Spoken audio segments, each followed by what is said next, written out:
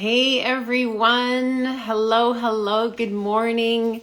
I lined up a special artist to have a chat with today. I'm super, super excited to chat with this artist. I discovered Julie about 10 years ago when I was researching online abstract art, and I just thought she was so fascinating. Julie Schumer, I hope I'm pronouncing her name right. I have never chatted with Julie before. So super excited because I really admired her work and how she just her presence and her level of exploration. Oh, good. She's ready to join. Right. Hey, Pauline. Hey, how are you? My I'm goodness. great. How are you? I am so super now that you're here. Yeah, Um, so cool to meet you. I was just definitely. saying, never met you before, but I've been following you for ages. So welcome. Thank you for having me. Well, there was a couple of weeks ago I was away and I was scrolling around on Instagram and I saw you again. I thought, oh, wouldn't it be great to chat with you? And I thought, well, we'll ask. If you don't ask, you don't get, right? Exactly, exactly. So great to see you. So, are you sitting in front of one of your paintings? I'm sitting in front of a painting that is on unstretched canvas that I recently got back from a gallery that had had it for a while, and it had never really been out because it wasn't stretched. And so, like I said, I think it got here, I don't know, 2 days ago. And I thought, well, I hung it up horizontally. It was a vertical originally. I thought, well, I'll see what else I can do on this. And so Right. that will be my project for the afternoon, after we do this interview. That's But fun. And so you have it just tacked to the wall then because it's not it's stretched? right. It's just tacked with push pins to my wall, directly into the sheetrock. Okay, great. And I've got this roll of canvas here. I'm dying to try it. It's not been primed. So I've Mm-hmm. got gesso. It's not stretched. I've got boards that I could stretch it over, but I'm Uh-huh. just dying to dig in. I guess I'm a little scared. Well, it's, I mean, how big is the roll? The roll I have purchased about 25 feet, and I believe it's 60 inches wide. So That's I've got lots. perfect. That's perfect. You can do a painting if you figure you need 3.5 to 4 inches all the way around. You can do a painting that's going to be like 54 inches high or 53 inches high. Okay. And if I usually tape off a border and I have to retape the border on the one behind me so that I have my composition will be set within those borders. I don't have to worry about, well, if a stretcher, inches into it, it's going to ruin the painting. But Yeah. I would really encourage you to try it. It's a whole lot of fun. Yeah, yeah. Well, I've seen some of your videos where you're just having at her, and it's Uh-huh. usually a huge piece Yes. of canvas or paper, and I'm going, oh Uh-huh. God, that's like my largest. I think is the largest I've done is 3 foot by 4 foot, Uh-huh. and what I noticed is I really enjoy the big sizes, but if I don't have dedicated time, especially Mm-hmm. consecutive days, I find I get a little lost when I come back to what it was that I was working on. I don't know if Right. that's your experience, but Yeah, I mean, I try to set aside a good amount of time to work on a big one. But I have to admit, in the last few days, I was working on a pair of 48 by 36, which is what you're talking about. And it was almost too confining for me uh-huh. after having worked on these larger pieces. It was much harder to do it. Sure, sure. Yes, and I just started working large again this year after last year keeping my sizes quite small because Uh-huh. I was teaching and I'd run a course twice and the only way to keep up my practice was to keep them small because it Uh-huh. was just a crazy busy year. Right. But I felt like I was starting to like think in circles, so I just d- got into it. January really, and it was like, oh, breath of fresh air. Mm-hmm. But now I'm feeling like, come on, get out that canvas, and Yeah. see. Well, you've got to do it. I mean, I'm lucky. I have a really big wall. I mean, I could have a 10-foot painting on this wall if I wanted to. I have a 20-foot ceiling here. Oh And I have a God, I love it. 25-foot long wall that I have half of for me, which is plenty of room. Yeah. So there's usually a couple big pieces of canvas pinned up at any one given time. Right. Oh, someone just said hello to my two favorite people. Who is that? I didn't see who that was. Yeah, she said, well, it's abstract modern, so I don't know who that is, Okay. unfortunately. Yeah. Now how do I get rid of the comments? Well, um, shoot, I should. So, Julie, do you want to share a little bit with people about, because I was reading up on you some more last night, and I discovered something that I didn't know about you, What? that you used to be a criminal lawyer. I was for 42 years. Easy, Marise. So just share, because like whatever Well, you want, and also how you got into art. okay. Well, I got into art, like, I think when I was about 4. My mother had me in like afternoon art classes of one nature or another, from like little craft things, from gluing macaroni onto a piece of paper with glitter to oil painting. Oh, That wow. started when I was really, really young. And then when I was in, let's see, about the first grade, I was about the only student in the class who was doing de Kooning-esque paintings at the time. Everybody else was a photorealist, and I was a drippy abstract expressionist, and it did not play well in the Los Angeles city schools at the time. Yeah. But I continued to go to like after school art programs my whole young life.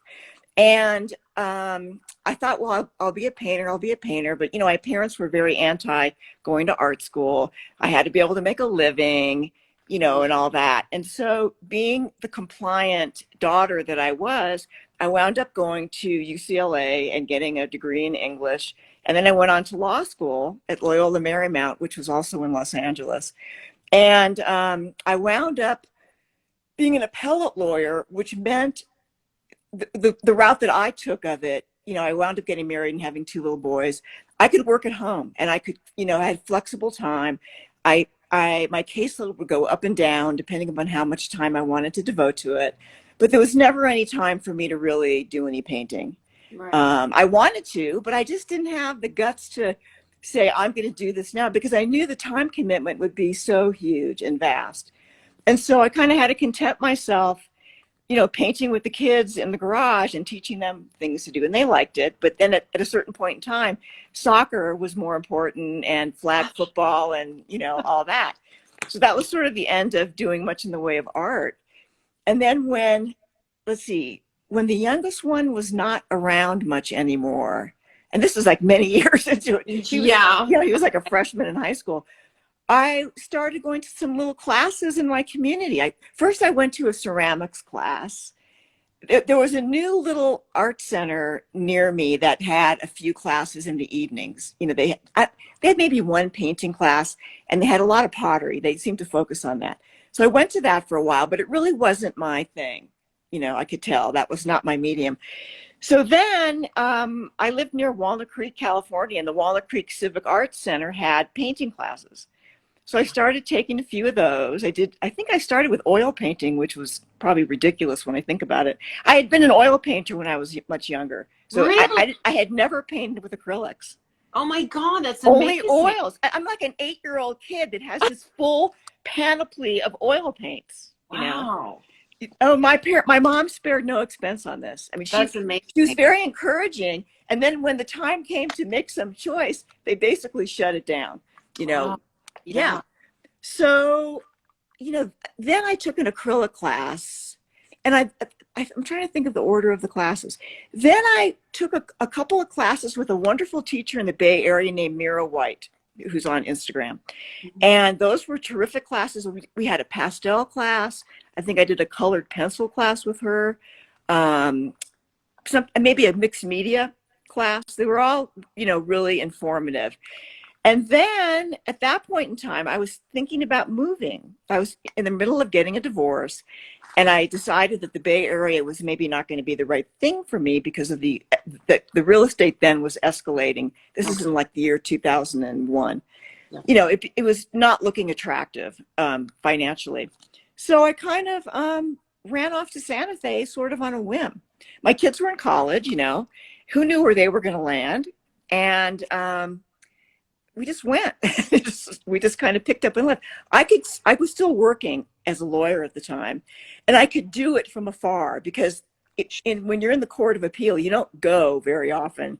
And they had telephone oral argument, you know, and they subsequently developed conference system argument. So it wasn't like I had to show up a lot. Right. You know? Well, that's And on the times I did, I would get on a Southwest airline flight and either go to the Bay Area or to Los Angeles and do the argument, and that was that.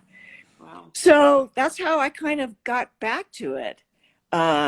The first house that we had in Santa Fe had a large garage, like a, I don't know, 600 square foot garage, Oh, which God. became the studio as well as store. The whole thing wasn't studio, but we had 2 people painting in there, plus a lot of construction materials, which is one way I got started using those unconventional tools, because I would just go into my spouse's toolbox and see, oh, this might be fun. This might be fun, you know, and start like that. Oh, the sheetrock, that'll be great on a piece of paper. So it helped encourage experimentation.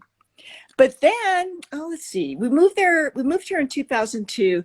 2007, we were able to purchase a studio in a warehouse district. Wow. We had sold a rental house and had, you know, some money to invest in this. And we were at Home Depot one day, and right behind the Home Depot here, there was like a business park type of place with various warehouse spaces that house, contractors, developers, you know, people like that at the time. And they were just remodeling this bank of warehouses. And so we were able to get one, you know, right away before it was even finished. Oh, that's amazing. And it's about 1,700 square feet. And we tricked it out with really nice lighting, because in the beginning we were still living, you know, out in the country, and we didn't have ready access to it. So we would rent it out to people to use for their own show, like for the weekend or for a week. And a lot of people who had no other way to show their work were thrilled to death. They had a place that they could have a show. And we had wonderful shows here. Wow, that's amazing. It was really nice. And then a few years later, we moved into town, and we were much closer to the studio. And at that point, we took it over for ourselves and ceased to do this show thing. We gave ourselves shows, basically. But we were already in a gallery on Canyon, so we really couldn't do that very much. But yeah, we've had this building since 2007. That's brilliant. Yeah, it's great. It's good for workshops, you know. It's good for having open studio events. It is 5 minutes from home, which is the best.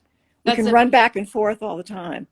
And I remember before I moved here, I think it was your studio that I was looking through your Instagram pictures. Mm-hmm. You Probably. got really awesome tables, trolleys on wheels that have a couple of, and so I was like, ooh, designing mine based on yours, because I mean, if you can move those things around, you can configure your space to however we can. And we have a couple of movable walls, big, they're large, that we use when we have the open studios. You know, we kind of can reconfigure the big room and hang more paintings up. And they come in handy for workshops too. People can paint on those. Yeah. But yeah, we got the first 2 tables. A friend of mine had been a faux finisher here. And when she moved, she gifted us the tables. And then maybe in the first year of COVID, we had somebody build us 2 more. So, because we were kind of short on the tables. I got tired of using the banquet tables because they couldn't be moved. Yeah. That was, you know, a little inconvenient. But yeah, there's plenty of room here. You know, there's usually paintings. I'm looking at them spread out all over the place. Yeah. Unless we clean it up. But which we do occasionally. You know. but it's two people's worth of work here, so it's a lot of paintings, Yeah, and most of them are big. yeah, that's amazing. You know, I remember before I ever I wasn't doing art. I was still a graphic designer, and I met my husband. We just were dating, and then after a couple of years we started looking to buy a house, and I Uh-huh. said, I want a garage so I can throw paint. Uh-huh. And we didn't get that. It took us a couple of places. Now we have a really big garage, but he wants it, which is totally Uh-huh. fine because I've got half of the bottom of the house, which I mean that's I've got a quarter of our house is my studio. That's fantastic. Yeah, it's about 500 square feet, and That's great. yeah, I mean it's perfect. The last studio had really high ceilings, which was Mm-hmm. nice. These are a little bit lower because I'm on the first level, on the bottom level. And Mm-hmm. so I have to watch where I'm throwing paint because I have hit the ceiling a couple of times. Right. Yeah. Oh But yeah. Well, we plastic up. We have plastic on the walls. I buy okay. these rolls of 10-foot plastic by 25 feet, I think, at Home Depot, and then we just, put them on the walls. So our plastic is about 10 feet high, and I Now, I actually had. big piece of plastic, but do you, I lay it on the floor and I've got I a have that wall too. over the wall. The wall is over the wall, and then there's all these screws in the wall so I can hang paintings. Uh-huh. But you normally paint on unstretched or stretched canvas? Usually unstretched Yeah. because I have these odd sizes that you Okay. cannot buy, like 56 by 44, Yeah. 66 by 54. You can't really buy that. Yeah. Now, I'm sort of starting to rethink that a little bit because we've had some shortages of stretcher bars here recently. It's getting more and more expensive to get that done. I don't do it. We don't do that kind of thing anymore. Yeah. And so the other day I went and bought a couple of 60 by 48s and to see if I could, work with that. And I can also buy like 60 by 72, already stretched. So I think I'm going to start going more to a combination Mm-hmm. of unstretched and stretched. Mm-hmm. Mm-hmm. Um, Well, variety is the spice of life, isn't it? yeah. I mean, if you can roll up a canvas and ship it to a purchaser or a gallery, it's so easy. Yeah. And then they can take it to a framer and get it stretched. And I've done that a lot. Yeah. Oh, that's good to hear. I mean, that's my thought too. Uh-huh. I can paint more and I don't need as much storage either. Well, that's the other thing. We were kind of running out of room to store these things. So rolling them up, and I go and buy like, maybe 3 or 4 inch diameter 4 inch mostly, diameter mailing tubes. Yeah. And then I tape them together so I have a long enough length for some of the wider canvas. Is that And how then you store roll them, them or up. you ship them? Then I have a special box built for that. Okay. They call it a coffin box. Oh, Of wow. course, it's all wrapped in bubble wrap and all that. But no, or sometimes I can use the box the canvas came in. Right. But usually it's too thin. It's too skinny of a box. It won't Yeah. fit. You're like jamming the canvas in there, and that's not good. Yeah. But it's simple to Yeah. do that. Yeah. And it's also so much easier to store them. Yeah, well, that's what I'm thinking. Not that I have tons of paintings, because like I said, I was really enjoying painting large, and then, wasn't even with COVID, but because we moved, and then I created this course, and I'd already been Mm-hmm. coaching, so there was just, you just have to pick your battles, which ones Right. you focus on. So now I'm going big again. I'm really excited about it. But I have a data transfer that I'm almost finished going Mm-hmm. from one platform to another. So that's just that's taken Yeah. up months of my life already. Right. Well, there's a lot of details to this business, There's Oh, a lot yeah. to run. Yeah. And you just have to kind of, make a schedule for yourself. That's what I do. I pick my battles for the month. Like, what am I going to focus on for that month? And then that's what I do, whether it's searching for galleries or it's making sure, doing all the photography that I haven't done. Whatever the topic of the month is, that's what I do. And then I, try and paint the rest of the time. Yeah. Now, so do you find, because I know you run a few courses, do you find that how do you create chunks of time for you to paint? Like, is it a couple of days a week? Is it a couple of weeks a month? Is it, every second day? Like, how do you fit that in? It's really hard, as you know. I mean, well, the classes I have on my own, they are available all the time. So it's not like I have to do much with them at this point. I just have to do the busy work that comes when people sign up, the administrative work. Yeah. And of course, I do have a monthly Zoom for that. For anybody who's in one of my classes gets a monthly Zoom.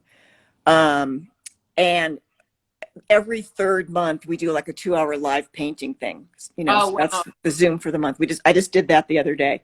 Cool. I also have classes with Kat Tesla. We have a Boldly Abstract that we just concluded. And then we have a Business of Art course that's ongoing. Yeah. People can sign up anytime. There's 4 of those. And then we have a Business of Art membership program, which we launched last summer. Okay. And, so all of this takes a lot of work. I'm constantly creating new content for the membership program. Yeah. I know. It's a lot of content. I try to stay like 3 months ahead in case something horrible happens. I know that I have the content in the bank basically for 3 months. That's really impressive. I have 2 memberships as well. And one, we meet 3 times a month, the presentation. And so there's always content that I'm creating there. Right. The other one, I am creating content and a course within that. And I've got it now where I feel like I'm, but at the beginning, it's like, oh my God, what have I yeah. up for? I know, it's a lot of work. And you have to kind of get into the groove of it before you know what you're doing with it. This is true. You almost have to start it and you don't even know what you're doing. And you don't really know what you're doing. It's true. Yeah. Now I'm impressed that you're that far ahead, but I but everybody's different too. Like I find I like to be prepared, but I also get some of my best ideas. I'm coming close to the XYZ. I don't know why that is. I don't like waiting to the last minute to do something, but we're all different. And as long as you're loving and using your assets to the best of your ability, that's what we're meant to do anyway. Oh yeah. Well, like if we have a set content schedule, but if something comes up that we want to do, we'll just alter the schedule.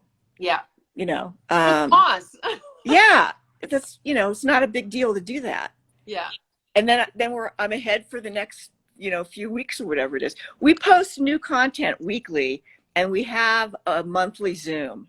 Okay. Is how we're doing it. Partner in this? Yeah, Kat Tesla. Yeah.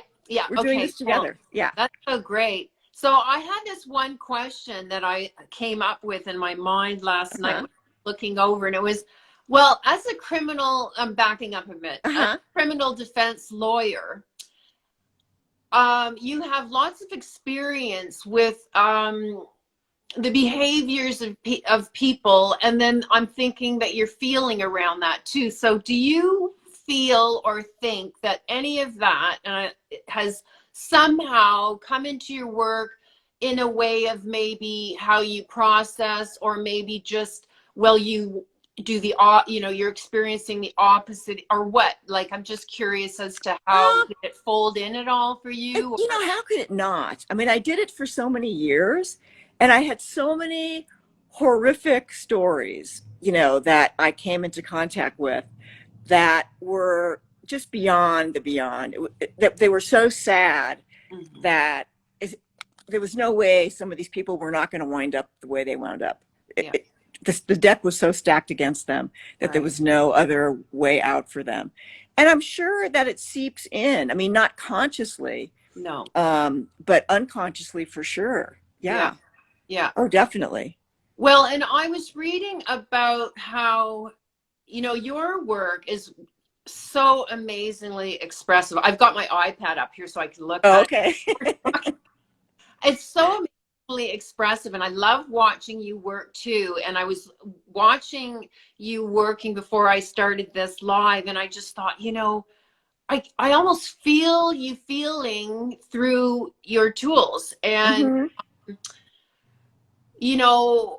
but you have been painting for quite some time too. you remember when you say noticed that's what you were doing, or that you've always felt like you were expressing through your arm, through your tools, in, with the paint or charcoal? I don't think I always felt that. I probably felt it more when I was, 7 or Mm-hmm. 8, but Mm-hmm. not when I was like 46 or 7, when Right. I went back to it, for sure. I mean, I've been painting now for like 22 years, consistently. And but by consistently, I mean like every spare moment that I Yeah. can do it. I mean, I live a sort of a cloistered life, pandemic or no pandemic, Yeah. Yeah. Um, painting is the most important thing to me. But I think, I don't know, it took me a while to feel like one with the tool and all that. And I was afraid at first, a lot of people make comments on Instagram posts and everything like, oh, I'm so loose, I'll take risks and I'm not afraid. Well, I didn't start that way, Yeah. but I just kind of pushed through and it became like that. I Mm-hmm. would say maybe 5 years in, it became easier like that. Mm-hmm. I don't know. I think there was kind of a shift in my mentality when I turned 50, which was like a while back, Mm-hmm. where all of a sudden things that I had been afraid of before didn't bother me for Mm-hmm. whatever the reason is. I could go into that court of appeal and stand up there and, say whatever I felt like saying, as long as within the confines of the protocol, Yeah. I didn't have to like worry about it. Whereas before it had been difficult for me to do that. Oh, Uh, interesting. yeah. But I don't know, somehow 50 was the great leveler for me. And then things became much easier. I felt more confident about it. And, Mm-hmm. at the end of the day, with painting, especially acrylic painting, you can't really make a mistake that you can't fix. Yeah. So it doesn't pay to be gingerly about it, Yeah. really. I mean, you just have to go for it. Yeah, it's true. Just this week I've been working on a painting it's really not going. I mean, it just keeps going and then it goes this way and then it's that way. Uh-huh. And I just decided, I'm just going to use this one here because the other ones are going well. I'm just going to Hmm. try out my ideas, which I do Right. anyway on all of Yeah. them. This one's a belligerent little child. And so I ended up doing some research on creating fluid paint, and then I decided to try it out on that paint. Uh-huh. So I did that, and then I wanted to try some other idea I had. And I think that, like, here's one of the things that used to trip me up that doesn't anymore, and Hmm. that's showing something on Instagram and then everybody loves it and then you're afraid to touch it. And Hmm. everybody loved that painting. And I thought, it doesn't matter. I mean, thank you everyone for Right. the kudos, but I still like it. First of all, I didn't. So it has to be the search for what it is that I'm looking for, Right. whatever that is. And I don't even know what it is on that Uh-huh. one. No, I know what I'm trying to do over on the ones behind me, but that Yeah. one, I Yeah. think I'm actually trying to push to something very risky, and I keep trying and Hmm. dipping my toe in and then I'm pulling back again. I think if I had to be a psychologist chatting with me, I think that's what I'm doing, but Yeah. Well, you just have to keep pushing forward. A lot of times I'll do a painting and it's perfectly nice, okay? And I'll post it up and like you say, it gets, a gazillion likes. But then I think, how does this painting advance my painting practice? And right, I'll say, well, it doesn't. So it's dispensable potentially. I don't right. really need to keep this one around. And I'll just do something else on it. Yeah, because it's comfortable, perhaps. It was too comfortable. Yeah. Now, And if somebody has requested a painting like that, well, that's another story. oh, yeah. But if I'm just, do painting for myself and just moving my practice along, well, if it doesn't advance my painting universe, it's not of much value to me. That is a really good, I think you guys write that down. That's really good stuff there because we are always evolving. We're always Hmm. trying to get better, whether it's more in touch with ourselves or our tools or our materials or how we feel or what it is that we're trying to do. So if we're not pushing, we're not Hmm. actually stretching, right? Right. I went to a workshop 22 years ago. And the person teaching the workshop said, you should paint like every day is your last day of painting. And I took that to heart, Wow. really. And that's how I kind of view it. Yeah. Which, I mean, not to sound morbid or anything like that, but it makes you push yourself. Yeah, and we've heard that saying quite a bit. So you really have to actually imagine a little bit. Imagine a little bit. All your paints are going to be removed tomorrow, or you're Right. removed. So what are you going to do with them today? What are you going to do with them today? Mm-hmm. How are you going to push yourself forward and take a risk today? Mm-hmm. Mm-hmm. I mean, it's boring just to stand there and keep painting the same thing. Yeah, well, it is for me too. And I often, when I'm struggling, I shouldn't say often, I don't think about this in the studio, but sometimes I go up and I see an older painting that's really nice. Mm-hmm. It was like, I don't even remember if it was easy or not to create, but I thought, well, why don't you just do something like that? That was easy. Uh-huh. Sure. 10 years later, I think it was Yeah. easy. You obviously don't remember the pain you went through, but I don't actually want easy. I'm a person who doesn't even read instructions. I got to figure it out first I before. don't read them either. Really? Oh my God. I just try and push through it. Yeah, well, I mean, even like on the internet, if I've got, creating a course, I didn't take a course to learn how to do that. I just got the thing and I started putting things together. And Uh-huh. after I got frustrated, then I looked up, well, where does this thing go? I don't know Right. why I have to make my life so difficult, but I think a lot of people can relate here. I'm sure Uh-huh. people here are not instruction readers. Nope. Although I have to say, when I decided I was going to do the online courses, which was a course, I had to cancel all my in-person workshops for 2020. I said, you know what? I have to do this online. Yeah. And so I said to my spouse, you're going to be the videographer here because we're not going to let anybody, we can't bring anybody else in. And I said, and I did sign up for a course.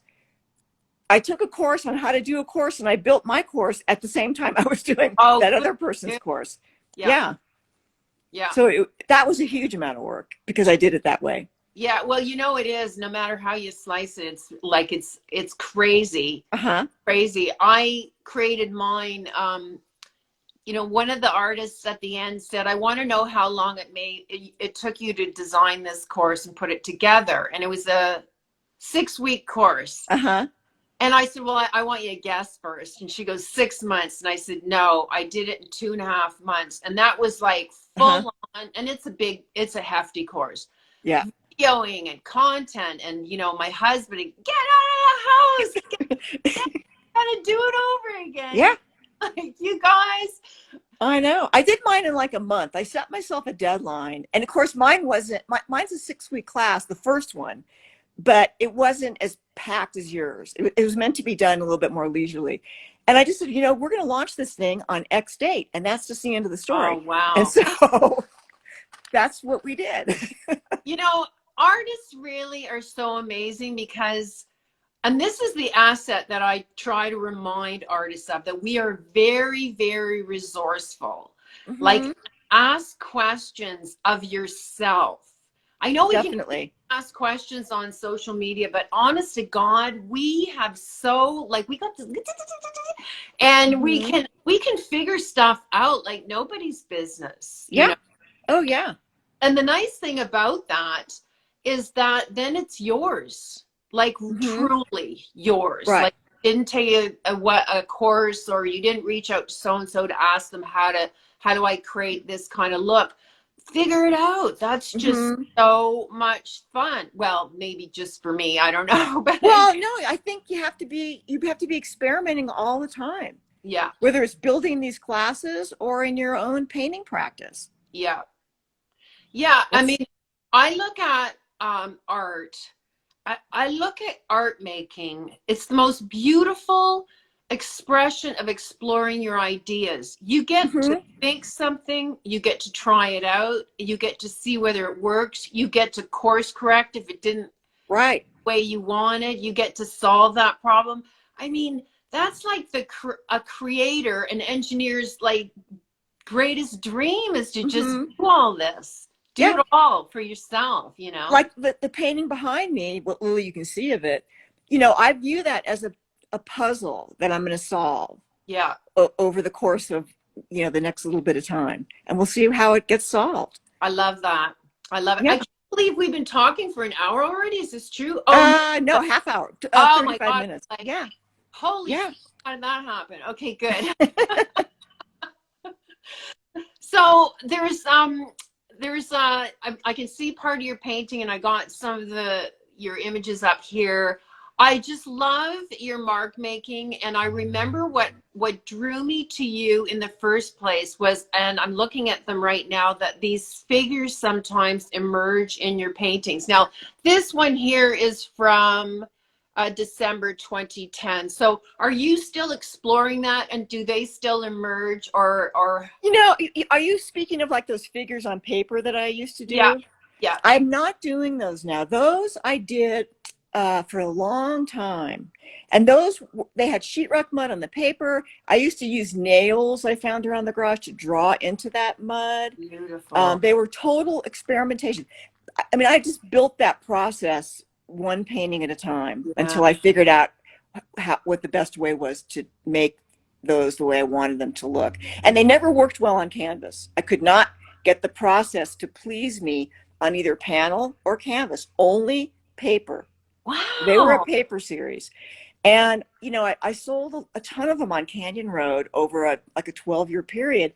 And then when the owners of that gallery retired, which was like at the end of November of 2019, that kind of was the end of it. I Hmm. didn't feel, I just felt I was so sad at them, you know, leaving the business that I just didn't have the heart to keep on with that series. It just got, Wow. and I really, in a way, it was better for me because I had never had enough time to explore my abstract work, my large abstract work, which is what I wanted to do even more. Hmm. So that's why I kind of shut down the figures, because I didn't really need to have that duality happening anymore. Yeah. I never could really marry the two series together in a way that I liked. Yeah. So I just kind of put them aside, and I haven't done one since. Well, that's really interesting. A couple things, because one, I was trying to figure out how to move from doing representational Mm-hmm. to abstract. And I think those paintings were sort of halfway between what I wanted to leave behind and where I wanted to go. And I remember sitting on the couch with my whatever laptop and looking at them. And then I found a YouTube video of you where you were Uh-huh. talking about the process and I stuff. think I did a small one on that video. Yeah. Yeah, a Amazing. 15 by 11. Uh-huh. Yeah. And I remember you mentioning some construction compound, but you didn't say what it was. So I started to try to figure out, well, what to use. And I was buying all these different things.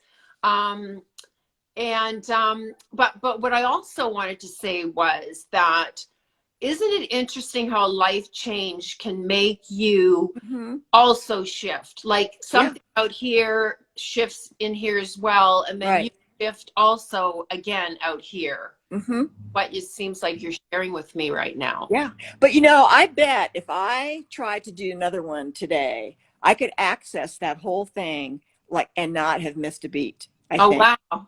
Because I did so many of them. I did them in the hundreds. It Wow. was like I could do them in my sleep. They were What? very meditative. Yeah. It was a Oh, really really? great process. Oh yeah. Physically, they weren't challenging. I had them on a table, and I would like just be standing over them on a table. I didn't usually put them on the wall. It didn't work that well. Or I was on the floor with them a lot, Yeah. on my knees basically. Yeah. But no, I have about 10 of them left. Really? Uh-huh. Do you have them up? No. Well, about 3 of them are in a frame, and the rest are in a portfolio.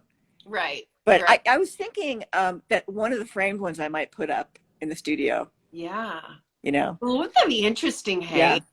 There are pieces that I don't have up, they're stored, and there are some pieces that I have to have up. Mm-hmm. Some of them are real risky, or some of them I felt were really successful. there's one that's really, I don't think it's successful. It is up, and I keep on looking at it like, you need to come down. I need to get into you. But then I wonder why. I got new ones that we try and vary the rotation here of what's hanging and what isn't. That's a great idea. Yeah. And I like, there's screws in the wall that have a certain size painting on them. So I'll just try and replace that with the same, size if we have that around. So we're not constantly screwing into the wall. But yeah, just to kind of vary it up and give new inspiration. Yeah. I see a question here. I'm going to see what it is. Can we see one of the figure paintings? Okay, so do you have one handy? Let me go upstairs and I'll pull one out. Okay. Okay. So I'm going to walk to my second level of the studio. We have like a loft area, which is about, a quarter of the square footage of the entire building. I actually have one in a frame. Let's see. Here it is. I have to put it where you're going to be able to see it. Yeah. It's a 30 by 22 on that's framed, and I can't put it on a paint can or anything because it's too heavy. Sure. But okay. 30 by 22, that's kind of a standard nice paper size. That's a full sheet of watercolor paper. So I'm going to get down on my knees and let's see, how can I want to change the camera. Oh, I see. Camera. Yeah. There it is. Oop. That's the one I'm looking at on my iPad. Yeah, that's one. It's Let me back up a little bit so you can see the frame. Yeah. Oh, wow. Yeah, but I'll kind of go close so you can see the detail of the painting. Yeah. This was one of the last ones I did. I love it. And it's classic. I mean, it has all the classic qualities that made them a pleasing series. Did you study figure drawing or figure? Not at all. Wow. I felt myself to be completely an incompetent figure drawer when I started doing these. Everyone, there's hope for us yet. No, the way, I'm trying to think of which was my first one. I think, I'm trying to go back to me.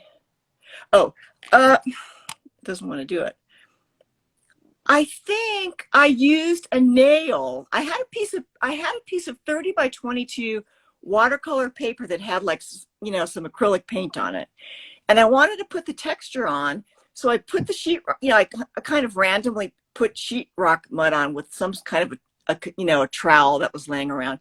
Then I took a nail and drew this figure into the sheetrock mud and then did paint on and off over that.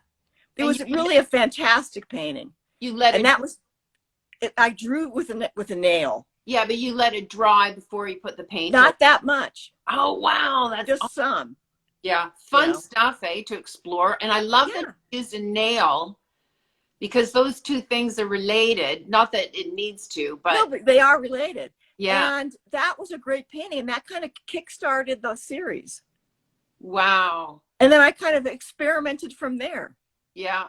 See, that's just so, because like, why not try something new? Why not? Yeah. I approach every day that I come here with sort of, I'm going to stand up now, with a why not attitude. Exactly. That's brilliant. Julie, someone asked if you use oil. I think she asked if you ever use oil now. No. No, in fact, I gave my oil paints away to somebody. Yeah. And I just wasn't using them. Yeah. Oh, you just weren't using them? No. And I thought, why should I keep these around? Yeah. Yeah. It's nice that you gave them to somebody. I gave them to a friend. And, I have a couple of oil bars that I use, and that's about it. Yeah. So it's just too toxic. You use a lot of multimedia in your work. Well, I do. It's so much fun. Definitely it's fun. But I don't even use oil pastel that much because it's so hard for it to dry. Yeah. Although in the New Mexico dry climate, it's not that big of a problem, but still it takes a long time. Yeah. For you, it's probably worse. Well, in the summer it gets pretty darn hot here, for Mm-hmm. sure. I don't, when I use oil pastel, I'm pretty, I'm gingerly about the amount or how much area it covers, so Mm-hmm. I don't have to worry if I paint over it because it's Right. line, right? Right. And then I will, I might put some sort of sealant over it so that Uh-huh. whatever I'm doing next, I Right. just don't have to worry about it. I mean, sometimes I'll scratch through because I want to excavate what's Yeah. underneath, right? Oh, definitely. I know Yeah. that's the fun part. Just throw it in there and keep going, have fun, explore. Uh-huh. We get to be creative explorers here. That's what I love the See, most. these figure paintings had a lot of excavation in them with one kind of tool or another. Yeah. Wow. So, So yeah. when you painted those figures, would you put down anything on the first layer of like a dark color before you put the compound over it? Yeah, the Right? way I did it was I would take a bunch of kind of bright colors, like orange, teal, red, black, yellow, and I would randomly cover the paper, like in just strokes. And then I would put the sheetrock mud on. After it dried, I'd put the sheetrock mud on, but I didn't cover every square inch of the paper. I used to leave like some along the edge, Mm-hmm. so the color was like peeping through. Right. And the thing about the sheetrock mud was when you put water on it, it would kind of melt a little bit. So it was perfect. It was the perfect surface for applying paint with like one of those blue shop paper towels and then rubbing it off Yeah. and doing this kind of endlessly. Yeah. And that's what made them so interesting, I think. So it sounds to me like patience is good too. Like it's one thing that you want to foster. Oh, patience. You must have patience. Patience and perseverance are the Yeah. two things Yeah. that are mandatory for this. Now you said your workshops are pretty much you can just buy them and do them. Do you work with artists where then, or maybe you did more in your live workshops that you Uh-huh. find that impatience is something that we often suffer from, that we want to get to the end quickly or we want to see the Yep. results quickly, and you find that too, right? Uh-huh. Yeah. Yeah. I don't find that so much for me. I find that I will kind of get at a spot where I'm unsure of my Mm-hmm. move, but I often just leave it alone for a while because maybe I'm just like Mm-hmm. tunnel visioning in on it and I need Right.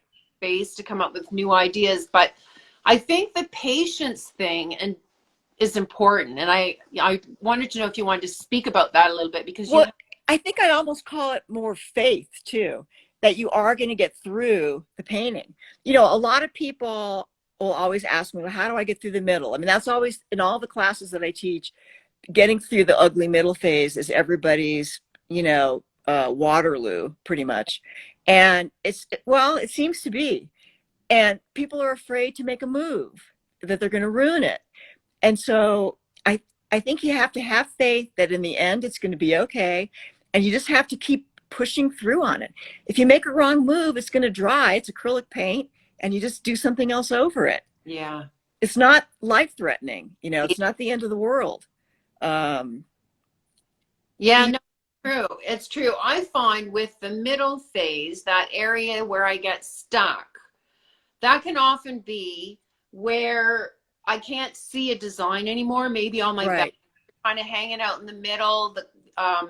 Maybe I've used a lot of one color, so it doesn't really, like, I'm not really Hmm. being able to see a move. It's like maybe the Right. chessboard's too full, Yeah.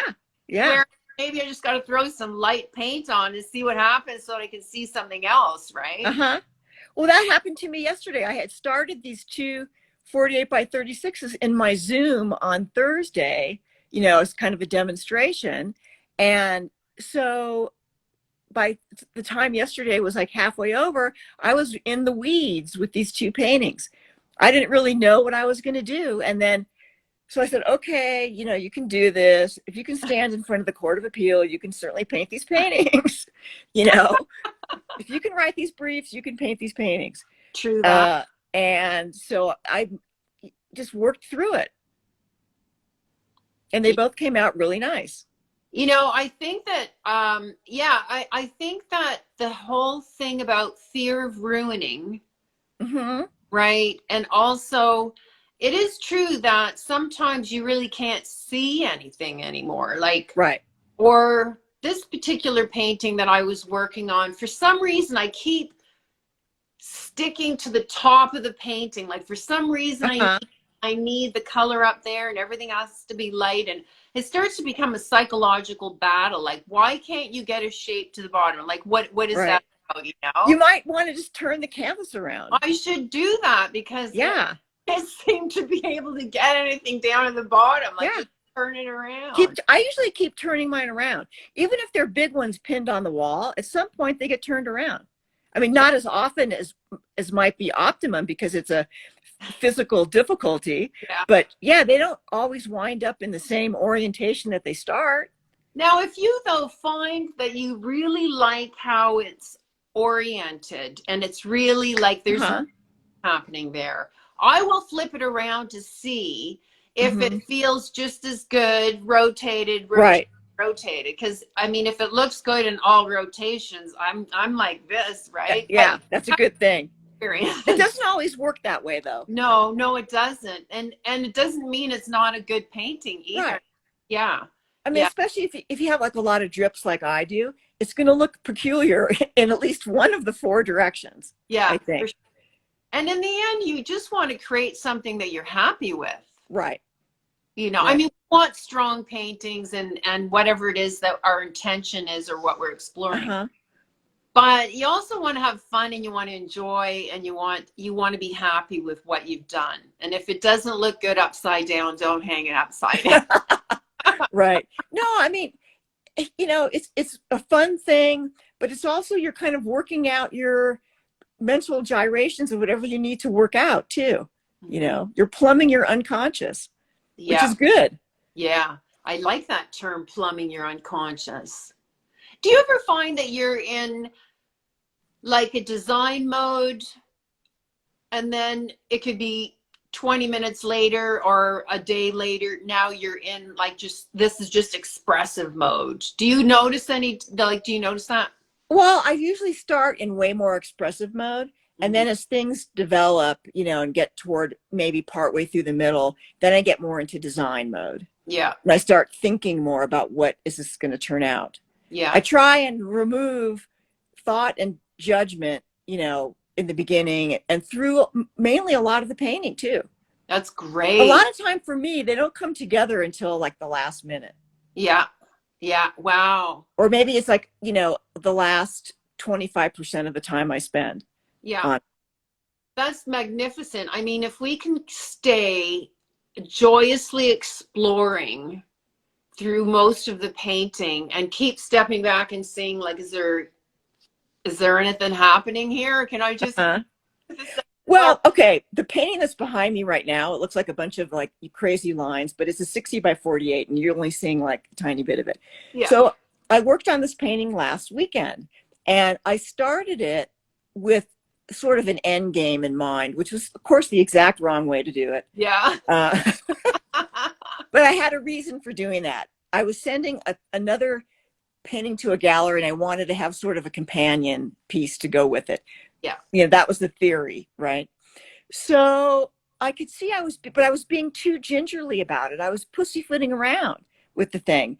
And it was okay. It wasn't horrible, but it wasn't any kind of genius painting. And I had it up here and I thought, this is not working for me.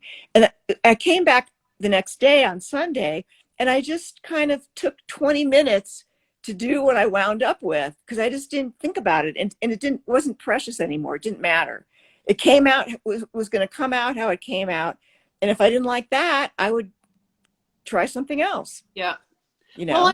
don't have anything to lose if you're not really in love with it anymore. Right. Right. Yeah. Some of the time, if I have something that I really love, I will just kind of let it hang in my studio and be my cheerleader. And I'll Right. love it. And I'll It, look at it and I'll even get ideas from it. And and then others are going really great. And then I don't care. uh-huh. I'll grab it and I'll throw paint at it. And it usually makes it better, right? Uh-huh. No, it's nice to have your painting friends around you, I think. You know, if you're in need of a little bit of inspiration. I usually have one or two close at hand Yeah. that I can, you know, seek strength from. Yeah, I think it's a great, I mean, why not, right? Because Why not? there's lots of confronting times that we have where we're standing there going, I haven't got a clue what's going on. Right. So at least got a couple of good ones hanging around. Oh, Yeah. And you know you can do it. It'll give confidence. yeah, You yeah, know you can do it. I think a lot of the biggest stumbling block for so many people, from what I hear people tell me, artists tell me, is they don't have the confidence that they can repeat a great experience. yeah. Yeah, and I think that you have to, I think that the more you take risks and see it through, the Mm-hmm. more confidence you gain because now Mm-hmm. you see what your risk taking makes. Right. Exactly. Exactly. So you just have to take those big risks and make a bold move. Yeah. I've been enjoying watching some of your tool chats lately. And, you know, you guys, if you haven't gone over to Julie's site, and I think I'll, whenever this is done, I'll make sure you're tagged and everything. But you got to go check it out. I mean, she's got so many tools and she's so imaginative and it's so freeing. I find when I put the paintbrush down and I pick it up, either a different way, but more importantly, grabbing Mm-hmm. something else. I just like the sky's the limit now. It's something like Mm-hmm. almost like I've just entered a whole other game. I think using something other than a brush just encourages experimentation automatically because Yeah, it's not a paintbrush, yeah, and you want to see what marks will this item make. yeah. I You think know. you know I mean our brain it's so amazing because it will compartmentalize information so you can get on and do the stuff that you Mm-hmm. do. The thing is though, we learned how to use pencils and paintbrushes. Right. We were young and your brain goes, okay, this is how you hold it. This is Right. what you do, you know. Yeah. You've got to sort of break that out of that so you can access your creative place, like your Uh-huh. free, right? I think you need a whole arsenal of unusual things, or things that are just not a paintbrush, a Yeah. toilet brush, a shower brush, you know, a squeegee, one of those fiber dust mops that you can Oh, get like in the grocery store. You know, like a dusting thing. I'm yeah. trying to think, all kinds of things. The like the construction tools, Mm-hmm. the construction scraping tools. Yeah. There's so many things and they're not expensive either. No. They're Even way cheaper than a brush. yeah. Yeah. Anybody just starting, go to the hardware store or the dollar The store. dollar store or the grocery store cleaning aisle. Oh yeah. I You love know, cleaning brushes. They're the best. yeah, there's a ton of them. Yeah. Yeah. So yeah, Do- just do anything. just go and open your mind and explore. Hmm. Right. It's all I'm about exploration. I'm seeing we're at like an hour, so I'm just we can still do a few minutes. Okay. I think record after that, Right. but I want to be cognizant of your time too. Yeah. And anything that you want to share as we wrap up. But before you do, I just want to thank you so much for Oh, joining. my pleasure. It's been fun.